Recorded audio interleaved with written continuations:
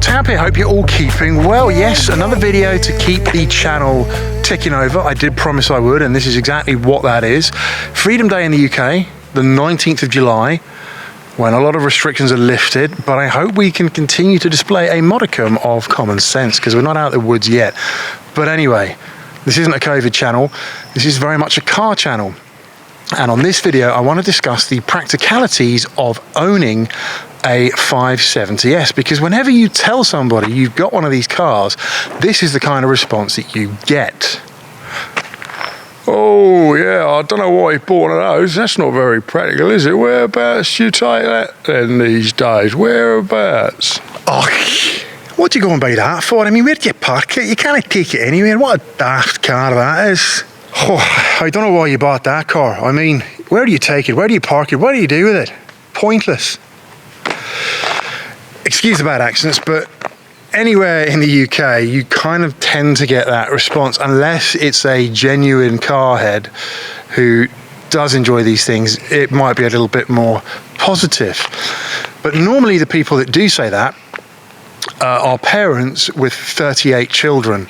And of course, that isn't going to be the right car. It might work as part of a collection though, but we're going to go for a drive and talk through a few things sensibly. But before I do, you'll have to take a look at this car now. You'll see it's parked in the average size UK parking bay. Okay, it is a little bit squint, yeah, I'll give you that. But you get the idea. It is a wide car, we know that. And you'll see, if you look down here, it's kind of just at the edge of the bay, almost. Now the problem with that is, yeah, it fits, but you can't really get the doors open. And I'm going to show you that a little bit later, because I have fallen prey to that problem that this car presents. We're going to take a little look around the car, see the storage space and see how it works. But yeah, one man's practicality is another man's poison. Anyway, let's go. Okay, nothing says YouTube video like going out for a quick drive. Just the one camera angle, because I forgot to charge my GoPro. Terrible filmmanship, I know. But the topic of practicality. Also, I'm looking a little bit dark there on screen, so apologies for that. Bad time of day to be in a car with a lack of lights. But anyway, practicality. What does it mean?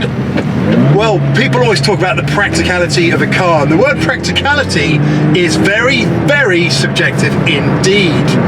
It really depends on the individual you're talking to. What's practical for you might not be practical for me, and vice versa. So, what should you think about when you're choosing a car? When you're deciding on which car to buy due to its practicality? I've never really kind of let that get in the way, if I'm honest, of my car buying decisions. For me, I do very much buy with the heart. I know a lot of people that do plenty of analysis and will stack rank many different cars against each other when choosing their perfect car. But for me, I kind of fall in love with a car, really do fall in love with a car, and then I work backwards. Can I make the numbers work for me? And that kind of extends to my level of practicality in terms of car purchase. Now, I'm in a fortunate position whereby I have access to more than one car, which really does help the situation. I think if you have access to just one car, then to be frank, you do need a car that probably ticks a lot more boxes than just this one would. It's a two-seater, right, for starters, so if you've got more than 2 people to ferry about, instant game over. And of course storage is limited. But of course, I look at the practicality element as well. For me, that extends to the drivability and fun that a car has. And for me, I find this immensely practical because it's practically fun to drive in that way. So yeah, you really have to think about what works for you when you're choosing a car. Bit of lens flare there, nice, very nice. So a quick look at the inside of the car and places where you can keep stuff. So over here you've got these cubby holes, which are kind of good for your sunglasses or whatever else fits. Of course, you've got a glove box. I keep cloths in there, always very handy for cleaning out the camera gear. And then same on the other side here, another cubby hole for driver. Exactly the same as the one on the left hand side, but that is kind of about it. You've got this net here which I put a water bottle in, and of course this very handy parcel shelf at the back, which is of course gone if you've got the Spider version, but you know, not too bad considering, especially compared to some of the other cars in this kind of range. So we also know this car has got a front that is opened by pressing this button here, and the catch fires about 3 times. I don't know why it does that, it always has done, but let's take a look around at that. Of course, when you've released the catch, the front comes straight up. There's no need to release any other catches or fiddle around as you do sometimes, which is great. I do like that. And of course, looking inside, you've got plenty of room, enough room to store an egg with ample space there. I'm of course being daft, it does take a lot more than that. A couple of small suitcases, plenty of shopping, but it's a big old space. It's a very big space. If you look at, for example, a Lotus, the new Lotus Emira doesn't have a frunk. We went out for a drive in Martin's XCs, and of course that doesn't have one of these. It's just all taken up by cooling fans. So yeah, pretty decent in terms of the space here. Okay, so this is the point I was trying to make earlier. I've parked these cars as close together as I think they would be in the average UK parking bay. That's why I was showing that to you earlier. And it looks like there's quite a bit of room there, and you might be able to squeeze your way out on the average car. Now this car here, nice short doors, and you probably could, being very careful not to put a pin dent in this car here, the McLaren here. That's one of my pet hates, when you get a pin dent in your car because somebody just opened the door into it, which is why I don't tend to park this in the average parking bay. But if you look here, you'd think, yeah, we can probably make this work, but because, don't forget, it's got butterfly doors.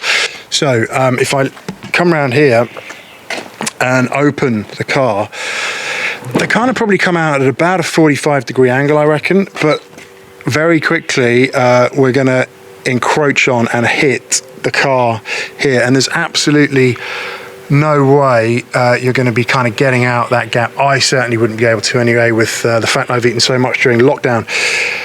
But yeah, this is where it kind of gets a bit frustrating, so you really have to watch where you park it.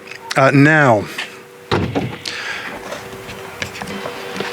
I am told that the Artura, which I hopefully will be looking at soon, has doors which aren't necessarily quite as butterfly, maybe a bit more scissor-esque and open upwards more. So you're going to get that better clearance when you're in a parking bay. But the rule of thumb is I never put this car in the average UK parking bay next to 2 cars, adjacent to 2 cars like that, because it just doesn't work and it's too much of a risk really. So I do kind of park this probably about 40 to 50 miles away from the destination and walk most of the time. But that's one of the pain points of owning a McLaren, is getting in and out in parking bays.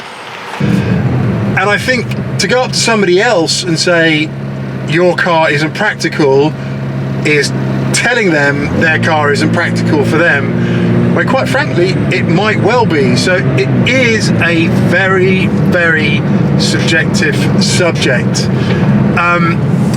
Now, I don't think I could live with just this car if it was my only car, if I'm honest. I do have the Merc, as you know, the Estate, the wagon, and I use that for a lot. I love that car. I could buy a new one, but no, I just love it. It's still going strong. and it'll do Costco runs, it'll do runs to the tip, do big long runs to holiday, and it won't even bat an eyelid. And you know, a car like that, you don't have to worry so much about where you leave it. I'm a little bit more nervous about leaving this in certain locations, obviously due to the type of car that it is. You know, you don't want it to get it pranged or pin dents or anything like that. So yeah, I mean, I might reconsider things a little bit if I could only have one car, but I would still want something that was immensely fun. If I could only have one car, I'm not sure I'd have the Merc, for example, or just this. I'd get something that I feel ticks a few more boxes, maybe not as well as this, in terms of how high those boxes are ticked, but certainly in terms of ticking all boxes pretty well. So, you know, maybe something like I don't know, maybe a McLaren, a very powerful McLaren turbo, or an EV that ticks a few more boxes. So yeah, it really does depend on your situation, how many cars you got in your stable, and whether or not it is indeed the right thing to do in terms of car purchase. But yeah, this is where I've ended up in this situation, and I'm quite happy. But that is it. So that is it for this one. Hope you enjoyed. Quick blast. Do take care, and I'll see you on the next one. Bye for now.